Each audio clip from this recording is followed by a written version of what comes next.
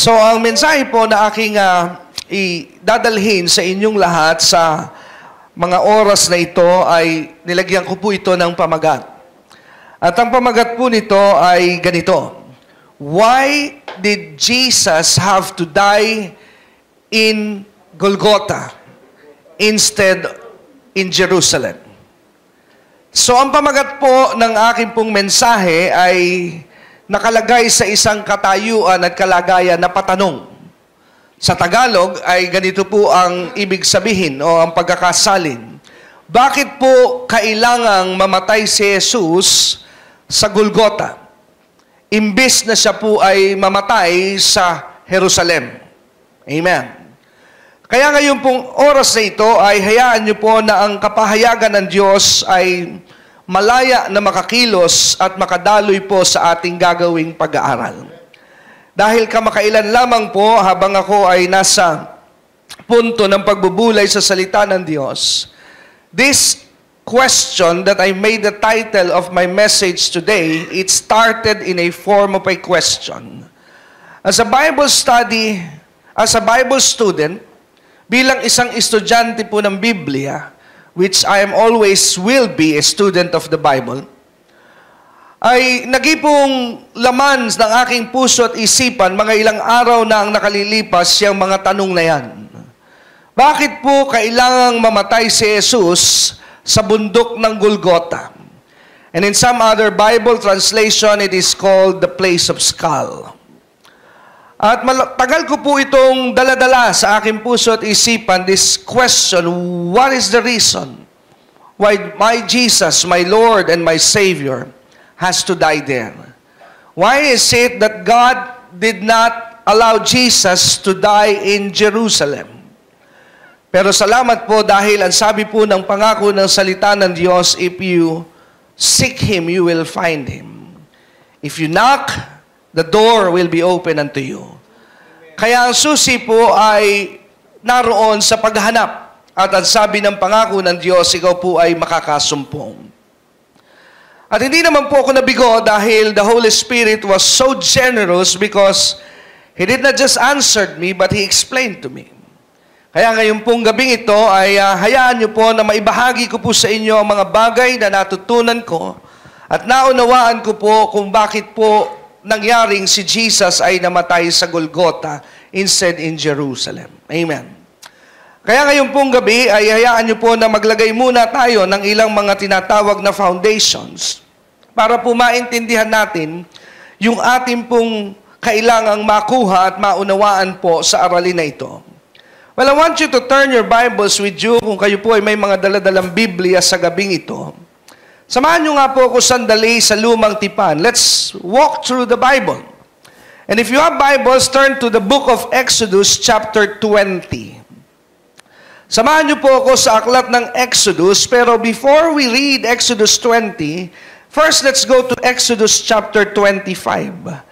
Samahan nyo po muna ako sa Exodus chapter 25, atin po munang ilatag ang ilan sa mga napakahalagang mga pundasyon para po sa ating pagkakaunawa sa aralin na ito. Simulan po nating unawain muna yung salitang sanctuaryo. In other words, ito rin po ay ginamit na salitang tabernacle. Kaya if you are in the book of Exodus, the word tabernacles or sanctuary first appeared here in this book.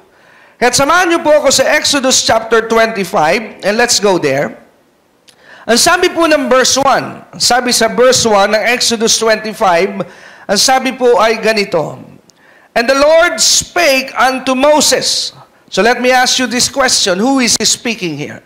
Sino po ang nagsasalita sa verse 1? The Bible is so clear, ang sabi po ng Biblia, the Lord. And who is he speaking to? Sino po ang kausap dito ni Moses ng Diyos?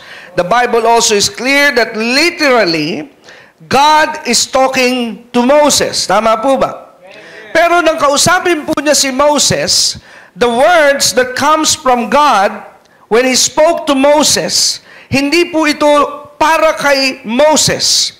But if you would read verse 1, Moses will be like a deliverer, like a messenger for God to the nation of Israel. Dahil ang sabi po ng verse 2, saying, "Speak unto the children of Israel."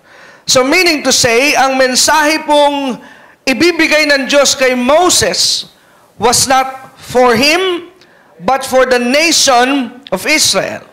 Amen? So para po ito sa bayan ng Israel, o para sa mga, ang ginamit po salita sa verse 2, because during this time, the Lord is not addressing them as a nation, but in verse 2, they were called by God as the children of Israel. Totoo po yun, dahil yung Israel, just for the sake of study tonight, si Israel po ay walang iba, kundi ang lalaking ang pangalan ay si Jacob. So si Jacob, siya po si Israel, and from there, God is fulfilling His promise to His grandfather named Abraham. Tinupad po ng Diyos at tinutupad ng Diyos ang kanyang pangako sa kanyang lolo na ang pangalan ay Abraham. Dahil at one time sa buhay po ni Abraham sa book of Genesis, God made a promise to Abraham. Ang sabi po ng Diyos kay Abraham, "I will bless you, I will make your name great, and you will become a great nation." Amen? Kayo po ba'y naniniwala na ang Diyos po ay tapat sa kanyang mga pangako? Amen? Sabi po ng Psalms 89 verse 34, that the words that comes out from my mouth, I will not alter the thing that gone out from my mouth. Amen? Or my lips. Meaning to say, hindi raw po ang Diyos sisira, tataliwas, pipigilan ng kanyang mga pangako na lumabas sa kanyang mga labi. Meaning to say, God, when He promises something, He will do it. Pag ang Diyos po ay nangako, gagawin po ng Diyos. God is not a liar. Amen. Ang Diyos po ay hindi sinungaling sa kanyang mga salita at pangako. Pero one thing I learned from God, that when God said something, every promises of God has its own time of fulfillment. Bawat pangako po ng Diyos sa kanyang binibitawan ay meron po siyang itinakdang panahon. But the thing that you must know and understand today is when God sets time for the fulfillment of His promises, He is not using your time, but He's using His time. Kaya nga, sabi po niya sa aklat ng mga ngaral, sabi ng Ecclesiastes, ang sabi po ni Solomon, what he learned from God is this, that in His time, He makes all things beautiful. So, ang panahon po ng Diyos, ang Kanya pong sinusunod. Not your time, not my time, but it is always God's time. At ang isang magandang bagay po sa time ng Diyos, it's always beautiful. Sabihin niya po natin, the time of God is beautiful. Amen? Or in other words, the time of God is perfect. Amen? You might think, maaari pong iyong iniisip, na parang huli na ang Diyos. Let me tell you this, God is never late. Amen? Amen? Maring sa iyong pananaw ay parang ang bagal ng Diyos. God is not slow either. Amen? Meron po siyang takdang panahon. Amen? Remember the story of Sarah. Sarah misunderstood God that God is too slow. God does not know what He said. And God does not meant what He says. Yung po ang ilang mga bagay na naglaro sa isip ni Sarah.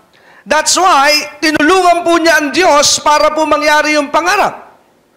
Pero hindi po niya alam, hindi po mabagal ang Diyos, hindi po ang Diyos mahihirapan sa kanyang pangako, inintay lamang po ng Diyos ang tamang panahon.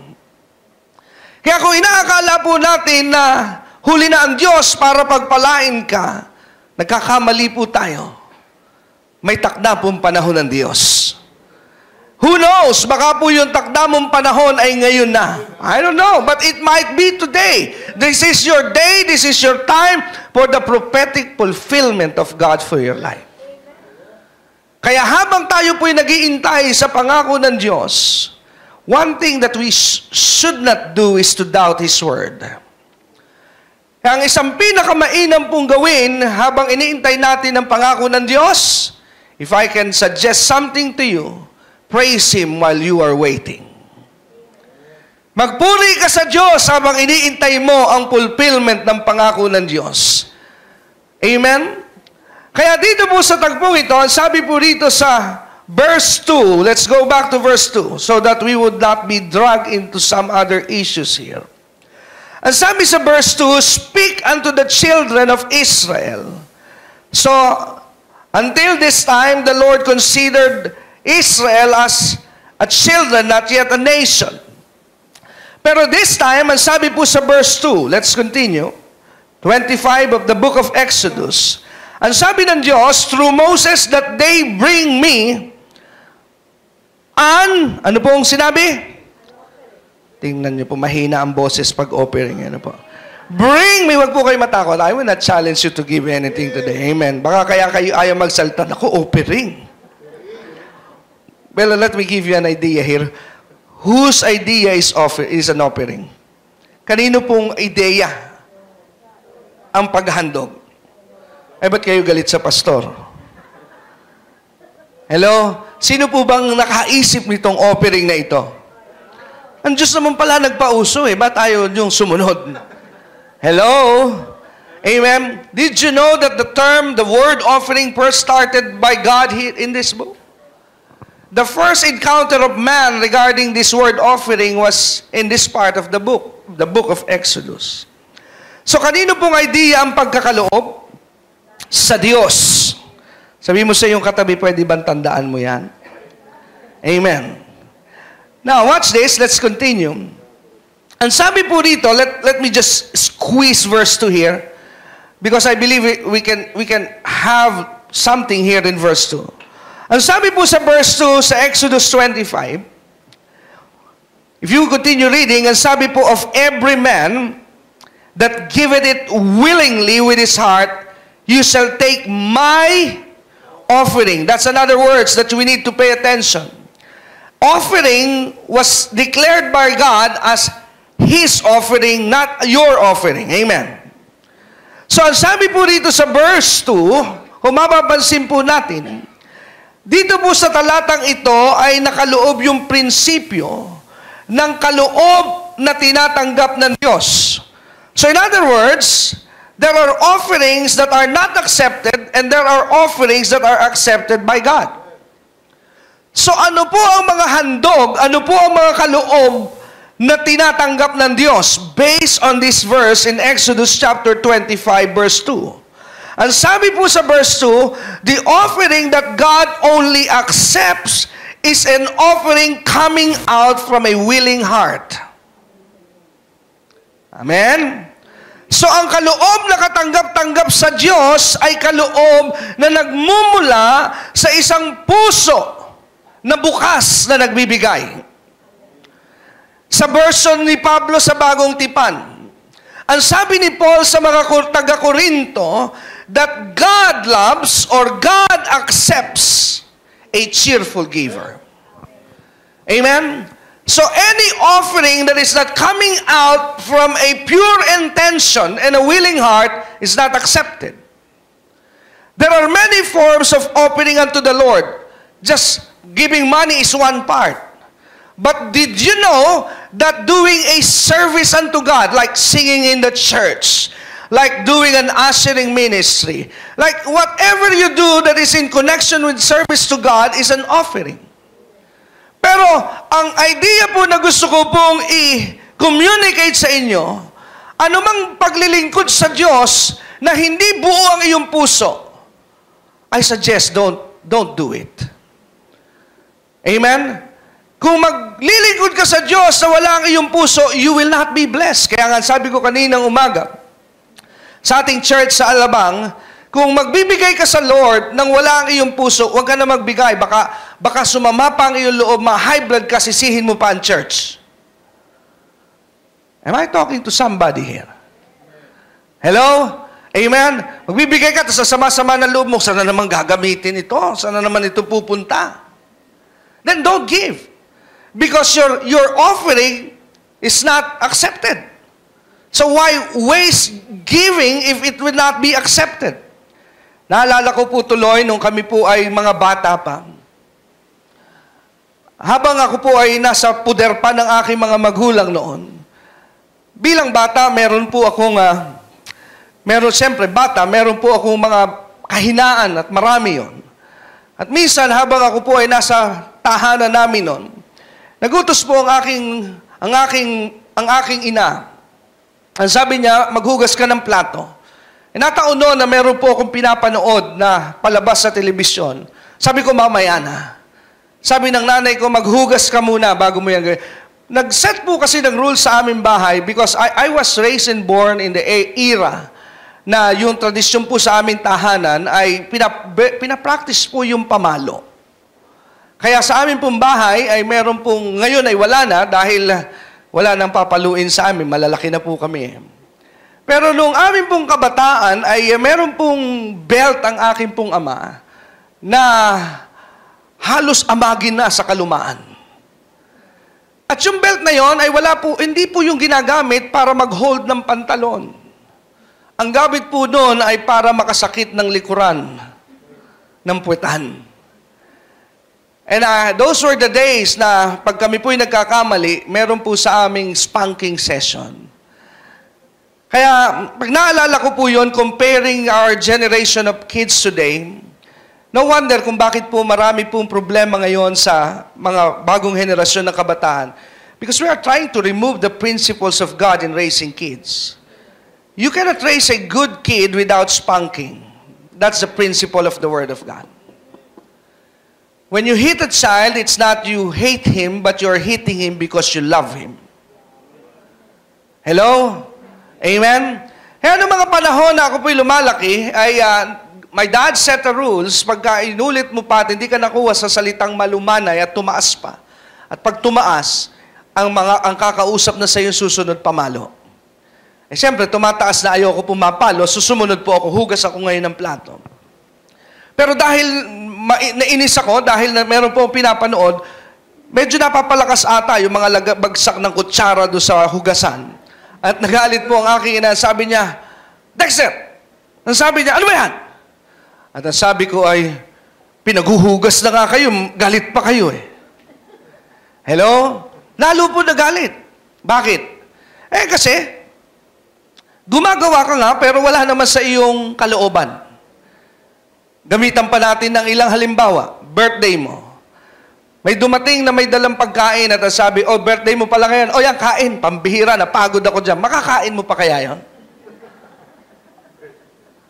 Hello? Amen. Binigyan ka nga ng pagkain, binibigay naman sa'yo, galit. Amen? Makain mo pa kaya yung kanyang dala na pagkain sa'yo nung oras at sandali? I believe. Amen? Maaring mawalan ka po ng gana. Well, that's the same thing. Nasabi po dito ng Diyos, that's why His only accepted, the only accepted offering are offering made by a willing heart. Amen. Now, sabi po dito sa verse 2, God is asking the nation, the children of Israel for an offering, but sabi ng Diyos kay Moses, be sure that that offering is coming from a willing heart. But we will not spend more time about offering because that's not the issue today. Pero let's continue. Ano po ang purpose? Ano po ang layunin? Why God is asking an offering sa children of Israel? Let's just drop down to verse 8. Exodus 25 verse 8, because we can see here in verse 8 the purpose and the reason. Ang sabi ng verse 8 ng Exodus 25, ano po sabi? Let them make me a sanctuary. And what is the purpose of the sanctuary? In other translation, it's translated as tabernacles. Amen? At ang sabi po sa verse 8, the purpose for the sanctuary, and sabi ng God, that I may dwell among them. So, sanctuary is a dwelling place of God. Meaning to say, it's a dwelling place of God. Pero, I need to show you something here para maintindihan nyo po ng mas deeper itong bagay na ito. Because, inside the sanctuary, there are different, there are different areas. Parang isang bahay, pero ang bahay po may iba-ibang area. May living room, may dining, may bathroom, mayroong kitchen, Amen? Or merong parking garage, kasama po ito sa bahay. So God is asking the nation of Israel to build Him a sanctuary, a place where He can dwell here on earth. Pero isa po lamang ito. Pero meron pong bahagi ang loob ng sanctuaryo, and that's what I'll be showing you today. That's why I asked you to go to Exodus chapter 20. Samahan niyo po ako sa Exodus 20. Let's just back up for a while. Sa Exodus chapter 20, kung kayo po ay naruroon na, samahan niyo po ako sa talatang 22. Exodus chapter 20, verse 22. So, ang sabi po ulit sa verse 22, again, we can read from verse 22 the words that says, "And the Lord said unto Moses." Sino ulit po nagsasalita? The Lord. Sino po ang kausap?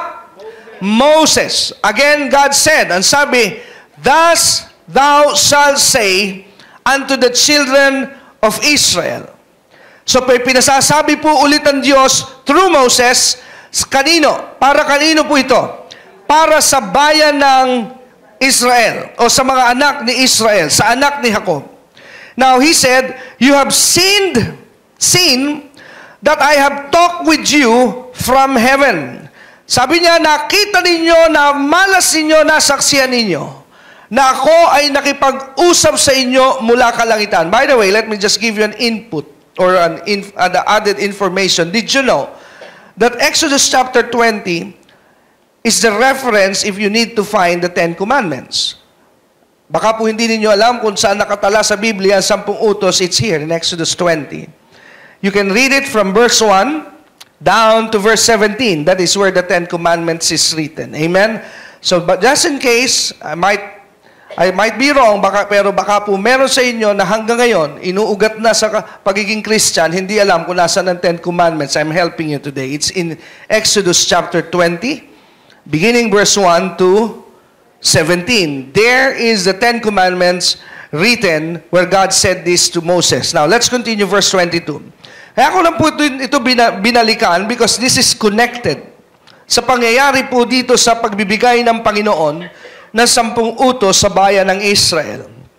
Now, ang sabi po sa verse 23, ang sabi po sa verse 22, "And the Lord said unto Moses," verse 22, "Thus thou shalt say unto the children of Israel, You have seen that I have talked with you from heaven." Verse 23.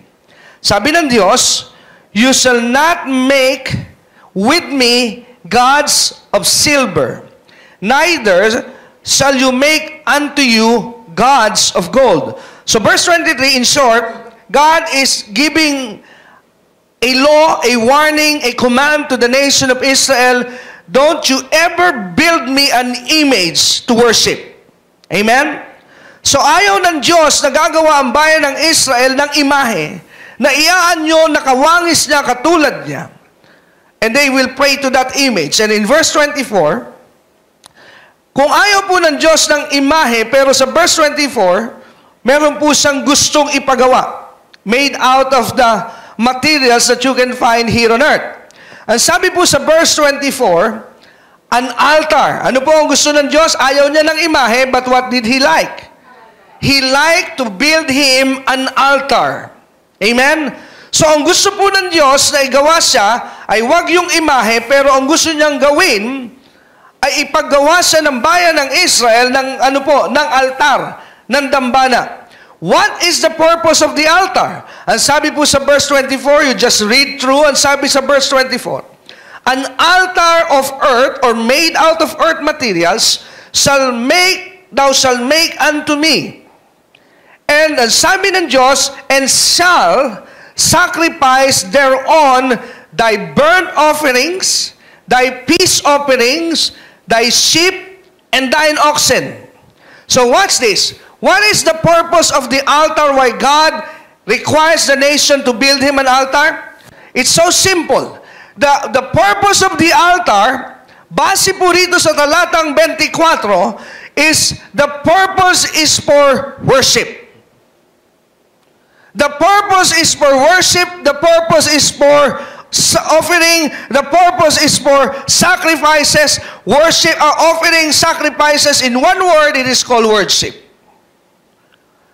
At ang sabi po ng Lord sa verse 24, watch this. Where I record my name in the altar, I will come unto you, and I will bless you. Wow. So what was the purpose of the altar? The purpose of the altar is so that God can come unto them, and not only He can come unto them, but so that God can also bless them. Amen. Tama po ba? So, pagsamahin po natin kanina yung Exodus 25, because in Exodus 25, the subject is about the sanctuary. Now, in Exodus chapter 20, now the subject is the altar. Now, the altar is a part of the sanctuary. So, it's like this, para po mas madali ninyong maintindihan yung idea na akin pong ikinu-communicate. Pag pinag-uusapan po ang presidente ng Pilipinas, where can you find the President of the Philippines? Sa Malacanang Palace, right? But do you agree with me that not every place sa Malacanang naroon ang presidente? Hello? If you go to the parking lot of Malacanang, there might be chances that you can meet the president if his car is parked there. But chances are so slim that you can meet him at the parking lot.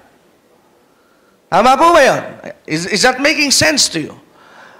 Sa Malacanang po, hindi pa po ako nakakapasok, but based on the pictures at pag nadadaan ako sa tulay, I can see that sa compound ng Malacanang, meron pong bahagi na malapit sa river. Pero yung po'y sakop din ng palasyo ng Malacanang. Is there a chance na nandun ang presidente pag pinuntahan mo? I don't think so. Kung sa Amerika, ang tawag naman sa lugar ng presidente ay White House. Yung White House ng Amerika, malaki rin. Pero kayo po ba'y naniniwala that you cannot find the president anywhere on that community? Kung gusto mong makatagpo ang presidente, there is one place that you can be sure where he is sa Amerika. It's called the Oval Office. Amen? Kaya yung sa Oval Office po na andun ang presidente dahil yun ang kanyang opisina. So the sanctuary is the same idea.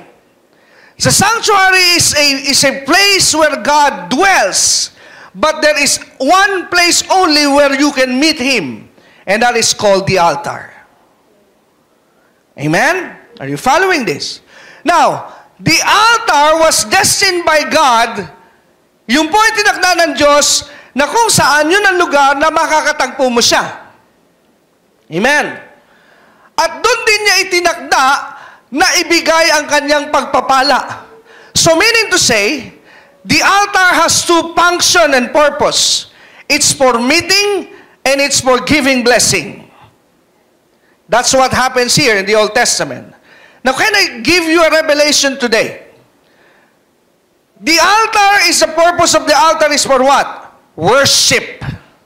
Now, sabi ng Diyos sa verse 24, that when you do the worship here, I will make my name known to you, I will meet you, and I will bless you. Now, in the simplest form, this is how it is explained. When you worship God, you will meet Him. When you worship God, He will bless you. Kaya, in other words, if you don't worship God, that's the reason you can't meet God. If you don't know how to worship God, that's the reason why your life is not blessed. Because God cannot meet you outside of worship. God cannot bless you outside of worship. Kaya pag may Kristiyan nagsasabi, hindi ko maramdaman ang presensya ng Diyos because you're not worshiping. Because if you're worshiping God, the presence of God will come. That's how important worship is. Amen? Kaya if you want the presence of God to come, you cannot bring the presence of God by prayer. I challenge you. There is only one way to bring down the presence of God, and that is through worship. Amen. That's why worship is so valuable. Amen? Kaya nga po sa gawain ng Lord, worship is so vital. Because you cannot function without the presence of God. And the only way to bring down the presence of God is through worship. And this principle was given by God in the book of Exodus. Kaya maaaring ang tanong ninyo, Pastor, that's Old Testament. But let me tell you this, He is the same yesterday, today, and forever. Hello? Kaya paano po ang approach kung gusto mong maranasan lagi ang presensya ng Diyos? Worship Him. Gusto mong maranasan ang blessing ng Diyos? Same thing, worship Him. Kaya sabi dito ng Diyos, you make a sacrifice at the altar, you give an offering at the altar, and sabi ng Diyos, if you do that, I'll meet you there. If you do that, I'll bless you there. So no blessing outside of worship. That's it.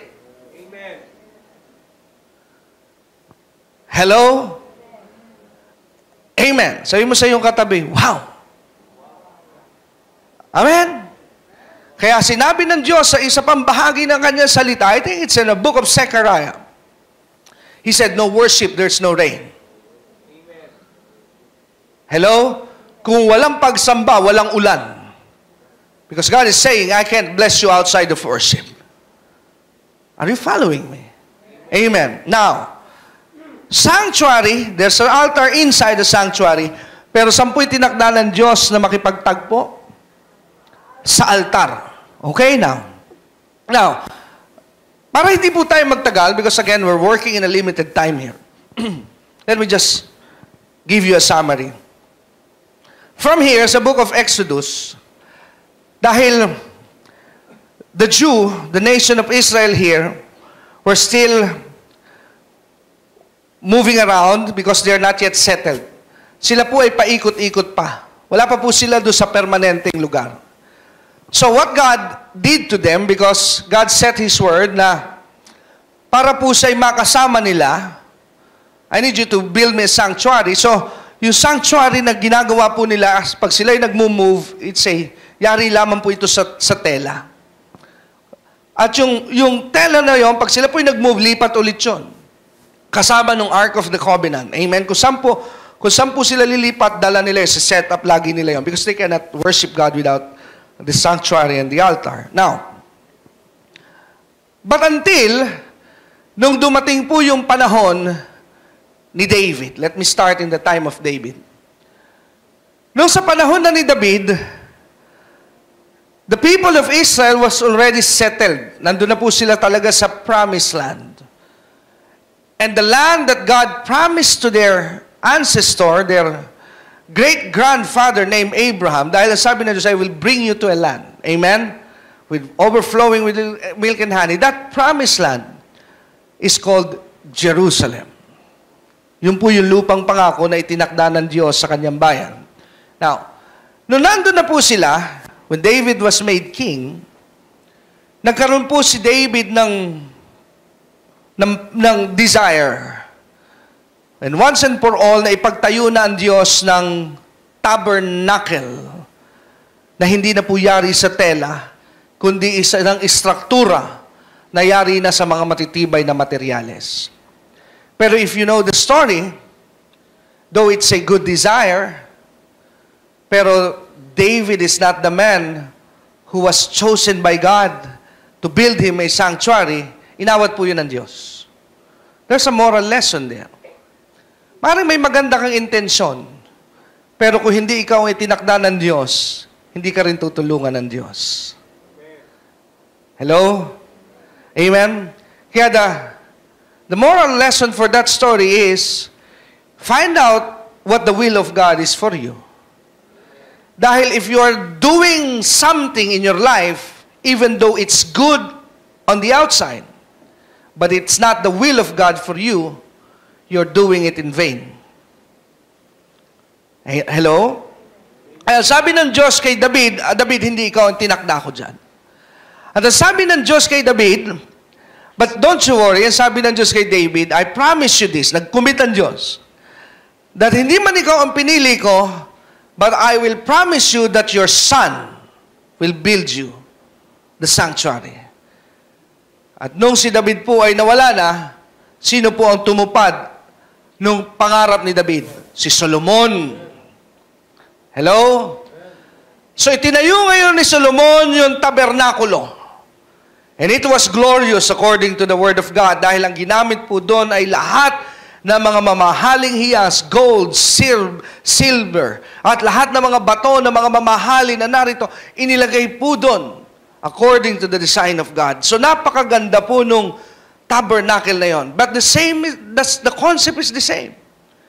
The purpose of the tabernacle is for God to have a dwelling place, and inside the tabernacle, kahit na ito po yari na sa bato, nandun pa rin po yung tinatawag na altar. Amen? So yung altar, bago po tayo magtuloy, may mga batas na ibinigay ang Diyos kung papaano po yung tinatawag na protocol. Lately, that's just a few days pa lang naman po lumilipas, mapalad po ang ating bansa dahil binisita po tayo ng mga dignitaries. Amen? At mga tao po sa iba't ibang bahagi ng daigdig na sila po ang mga pangulo, prime minister, nagpuntahan po sila rito. Alam niyo po ba mga kapatid, na ang pakikipagkita sa mga tao na matataas ang posisyon, hindi po ito basta-basta. Ang tawag po sa ating panahon, if you are to approach the president, even the president of the Philippines, or maybe even the president of a big company, there will always be a protocol. Tama? Hindi po pwede mong harangin ang presidente ng Pilipinas. Pwede ba kita makausap? Hello? Pwede ka bang humarang kay Obama at sabi mo, mag-usap nga tayo? There's a proper way to approach a president. Tama po ba? Now, if that's applicable to a president of the land, I believe it's also applicable to the owner of the land. Tama po ba yun? Who owns heaven and earth? So God set a protocol sa Old Testament kung paano po i-approach ang Diyos. Kaya nga, sa Book of Leviticus, nag-set po siya doon ng mga protocol kung paano ang paraan para makausap siya at makatagpo. And one protocol ay sinet niya sa Book of Leviticus, sabi niya, He made it exclusive na pwede lamang pong makausap siya at makatagpo siya ay ang mga saserdote o ang mga priest. Kaya, ang ordinaryong mamamayan, hindi po sila makakapasok doon.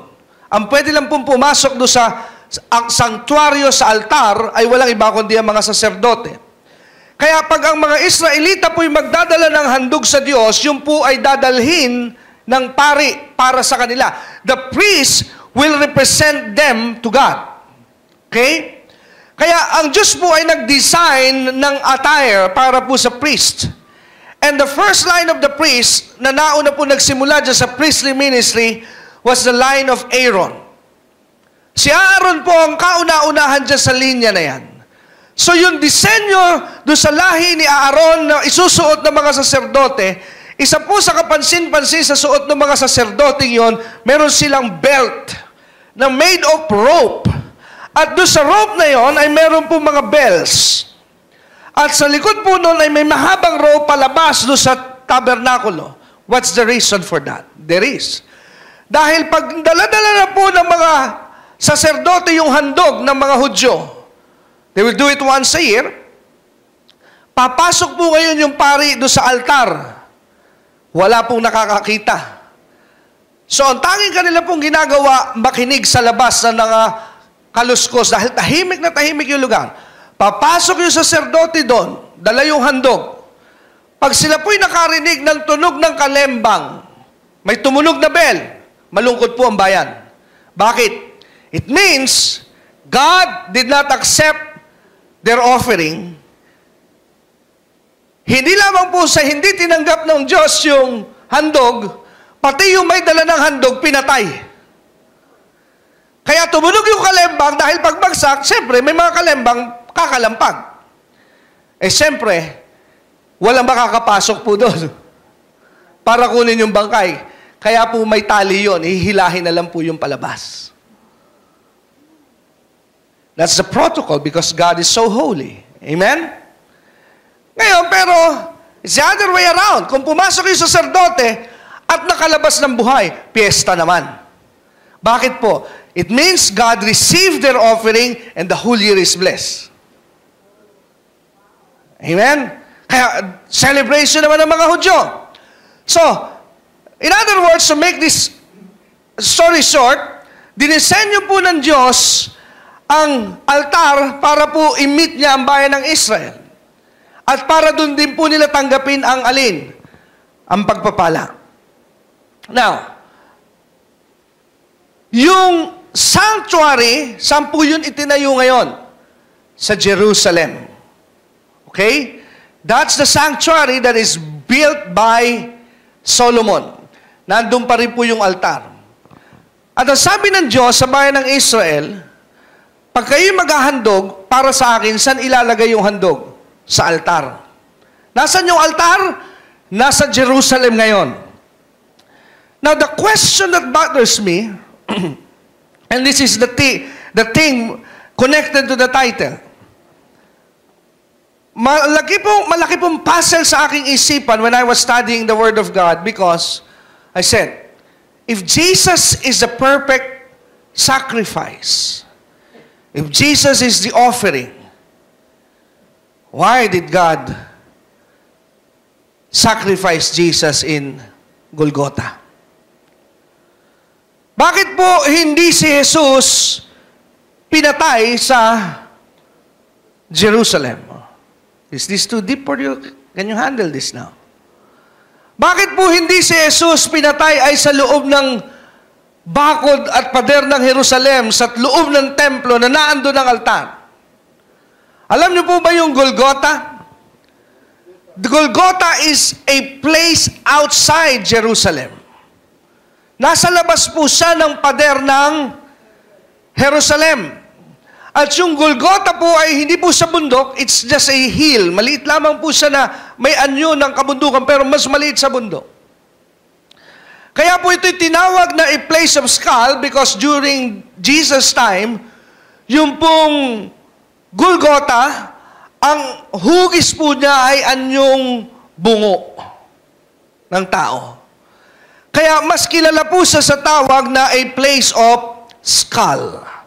Now, yung Golgotha po is a place na pag ang tao po'y papunta sa Jerusalem, dadaanan mo po yon. Para papasok ka sa Jerusalem, madadaanan siya. Now, my question is, why is Jesus crucified, offered, and died outside the walls of Jerusalem? Why not inside? If Jesus is a perfect sacrifice, why did God allow him to die outside Jerusalem? Amen? Ang laki pong katanungan sa akin ito. And I keep on asking and searching God. And there God showed me this. Ang sabi niya, alam mo anak, the altar inside Jerusalem, if you would notice, ang sabi niya, it's very exclusive. Only the priest can see me. Only the priest can talk to me. At bawal na bawal din na makapasok sa sanktuaryo ko ang hindi Israelita. It's really exclusive for the Jew. Okay, Lord, I said, what's your point? At ang sabi ng Panginoon sa akin, why did I allow Jesus to die outside Jerusalem? Because I'm sending you a message. What's that, Lord? Remember, ang sabi niya, in Exodus 20, I said that I will only meet with them at the altar. I will only bless them at the altar. But when my son came, it's a new covenant. I will no longer meet the people in the altar. I will no longer bless the people in the altar. But I will meet the people through Jesus. I will bless the people through Jesus. That's why I put Jesus outside the altar and I put him outside the walls of Jerusalem, because the new covenant has come. People will no longer be blessed by their ceremony. People now will be blessed through Jesus, my son. Hello? Kaya ang tao ngayon ay pagpapalain na hindi dahil sa mga seremonyas na iyong gagawin. You can only be met by God through Jesus. In other words, no Jesus, there will be no meeting with God. No Jesus, there will never be blessing from heaven. Because only through Jesus, God will talk to you. Only through Jesus, God will bless you. That's how important Jesus is now. Hello? Amen? Kaya nga siya inilabas sa bakod ng Jerusalem. Why? So that no longer the Jew is exclusive for God.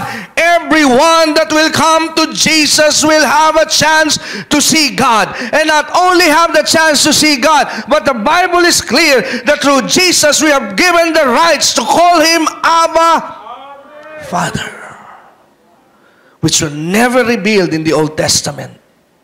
Did you know that the Jew in the Old Testament never knew the word Abba, Father? But in the New Covenant through Jesus Christ, we have given the privilege to call God now as Father. May nag-text sa akin one time, sana wala ka dito ngayon. Pero hindi ko sinagot. I was doing my program on radio. Pero parang debate ang hanap. But hindi po ako nakikipag-debate. Pero ang tanong niya, Pastor, sabi niya, nagbabasa ka ba ng Biblia?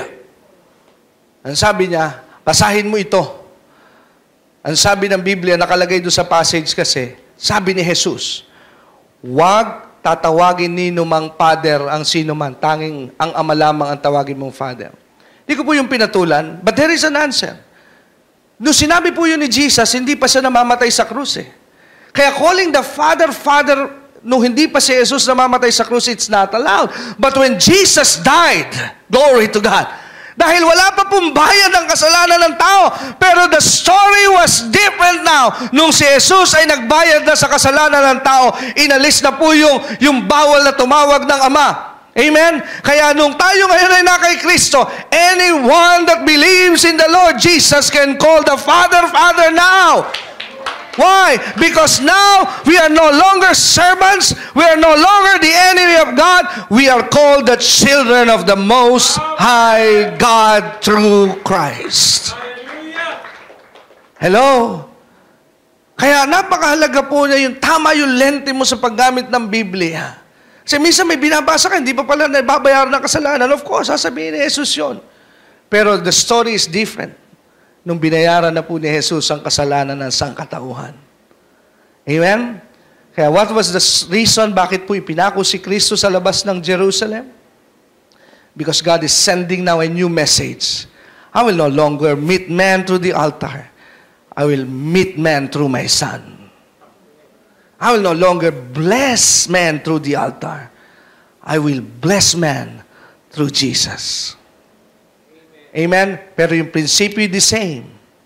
Kaya nga po, if you worship Jesus, if you live Jesus in your worship, God will come. If you live Jesus through your worship, the blessing of God will come. Amen? Kaya, let me suggest on this. Be sure that when you worship, did you know that not every spiritual songs that are sing in church, that are being used in church, are exalting Jesus. May mga awit na inaawit tayo sa simbahan na hindi naman nagpaparangal kay Jesus. Kung minsan, pag inanalyze mo yung lyrics, yung inaawit mo ay yung karanasan ng sumulat. But if you analyze the words, there is no part of that song that is lifting Jesus. Kaya nga po, ang payo ko sa worship team, ang sabi ko sa kanila, be sure that when you worship Jesus in your songs. Hello? Because there is no power in your singing if you're not lifting Jesus. Because the Bible is clear, God will come when Jesus is lifted up. The blessings will come when you lift Jesus. You just sing songs that has an image of worship song, but it's not lifting Jesus, God cannot meet you there. Because He established the principle that He will only meet you through His Son, and He will only bless you through His Son. Nakuha po ba natin ito? Amen? Kaya nga, no wonder, ang dami pong mga sumikat na awitin, but you can just sing them one year, 2 years, then they're gone. Pero yung mga awiting, Jesus, we enthrone you. For He is Lord. My God, how many generations have been singing that song, and that song possess the same power over and over again. Why? Because you're lifting Jesus. Hello? Kaya po pag itinaas mo si Jesus, ano mangyayari sa'yo? Kakatagpuin ka ng Ama. Pag tinaas mo si Jesus, pagpapalain ka ng Ama. Ayan po ang dahilan kung bakit si Jesus ay namatay hindi sa loob ng Jerusalem. Bakit inilabas siya ng Diyos sa Golgotha? Because God now is sending a message to the world. I will not meet you through the altar. Kaya nga si Jesus ay namatay, when He said, it is finished, yung tela sa loob ng altar, nawasak, nasira, na-expose. Sa tagal po ng panahon pa ni Moses, walang ibang taong nakakakita kung ano nasa loob ng altar. Pero in-expose na yun ng Diyos. Pwede nang makita ng tao. Kita nyo po ngayon, nakakakita na tayo ng mga Ark of the Covenant. Dati, bawal mo makita yun. Hello? Why? Because it has been shifted now. God is no longer meeting the people through that furniture. God is meeting the people through His Son. Amen? Amen? Sana po'y naintindihan ninyo ang mensahe niya. Amen? Because the intention of the message is to magnify Jesus. Because the idea is, there is no worship without Him. Kung wala po ang Panginoong Yesus, lahat po ng ating ginagawa ay baliwala. Because God set a principle. I will only meet you through my Son. I will only bless you through my Son. Let's pray. Ama naming Diyos, salamat po sa pagkakataong ibinigay mo sa amin. Salamat po dahil hindi mo po kami binigo na ang iyong salita ay mahayag at madala, Panginoon, sa paraan ng pangangaral ng iyong salita. Salamat po sa mga revelations na iyong pinahintulot na aming masilayan ngayon. Thank you, Lord, for giving us your Son, because we understood that your Son is your way in meeting us. And through your Son, it is your ways in blessing us. Kaya lagi po nilang maalalang itaas ang iyong anak na si Jesus. Sambahin si Jesus, parangalan si Jesus. Dahil kay Jesus, nandun ang lahat. Maraming salamat po, Ama, sa pangalan ni Jesus. Amen. Palakpakan po natin ang Diyos. God bless you po. Salamat po sa inyong pakikinig ng salita ng Diyos.